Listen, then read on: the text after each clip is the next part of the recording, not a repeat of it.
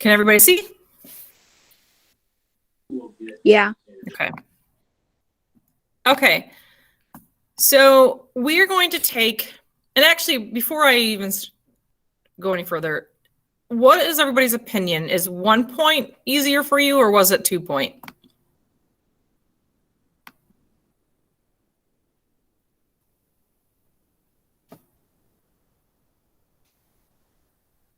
I think 1 point was easier. You think? Yeah. Anybody? Yeah, I think 1 point was too. Anyone think 2 point was easier? I liked both. Both? Okay. Well, I want you to choose which one you liked better. And I want you to now, either you can continue on with the same one that you started, or you can start fresh. And you're going to be making a cityscape. So here's an example. And this one's using 2 point perspective. I want you to get in further detail with it. So if you look at this one, there's overlapping going on. There's not just a few buildings, there's many buildings. So like I said, it's a cityscape. So there's many buildings in a city.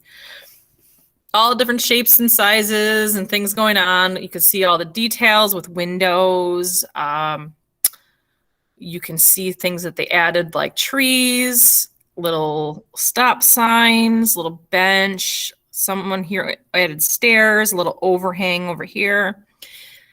So there's many different other things that you can add into the city. So pick one of the ones you liked, 1 point or 2 point, and you can do it in pencil. You can do it in pen and ink. You can color it later if you want.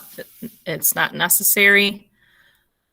Or if anyone feels that they can do it on a computer too, maybe try that. But I would prefer you do it in pencil, just for the sake of having it in your portfolio, which is good to have for colleges.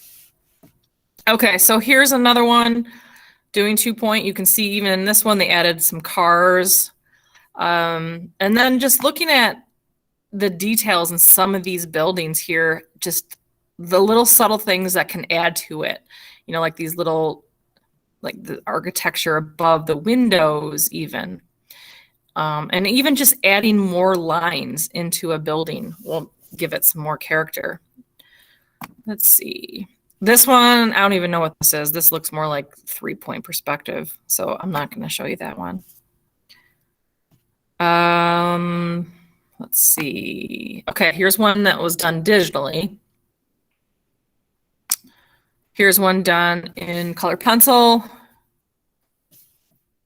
But, you know, like look at, this one's got bricks on it, even like a little top on it that goes to a point.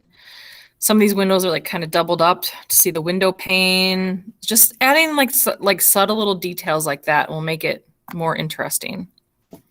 And I put this at the end because I wanted to even mention to some people that are considering eventually down the road, you may want to go into art in college or as a job someday. And maybe you don't know it now, but eventually will. Or thinking of like an art career, but what could I do? Well, there are people that do designing for like buildings, designing for things like cars, or I have a past student that is a designer or is an architect for boats, like he designs ships. So there's many different things that you could do with your art, and this is one of them. Okay, another section I want to show you is adding detail. And I'm going to share these with you, so this will help you when you are doing your project. I usually print these out for you and hand them out in class, but since I have you on here, I'll just show you and then I'll just share them with you. Okay, so 2 point perspective, here's some ideas for that with just adding details. Let's see. Here's some with the 1 point perspective. They're hard to see, I apologize, just real small pictures. So on this document, I have some things that show you what to, like, how to do things. So here's something that shows you how to do steps if you want to do steps in it. That's like 1 point perspective. Let's see what else. I got another area where how to draw people. And if you draw like people or trees or anything like that, you want to take in consideration if you're drawing a person, you want to make sure that like you put them in the correct space. Like if they're closer to you, you draw them bigger. If they're further in the distance, actually, like even over here, you can barely see any details and they're a lot smaller. And you also want, when you're drawing them, you don't want to draw them like almost as tall as the building, because then that doesn't make any sense, right? So to take those things in consideration of how big they should be when you're drawing them next to your buildings. All different types of trees you could draw in there. How to draw cars in perspective. Or a train. Let's see. All right, and then here is the rubric of what to add. So take a look at this too after I send it to you.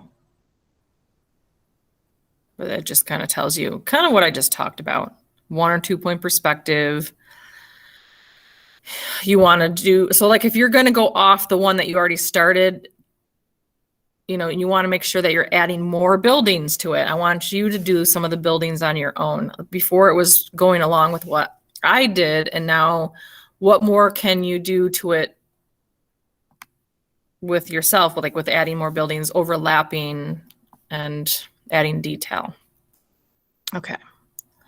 So that is our next step to that project. So I wanted to show you that today. So that will be the project that you are doing at home, and it'll probably be due like that last, like right before the 10 weeks end. So like all through January,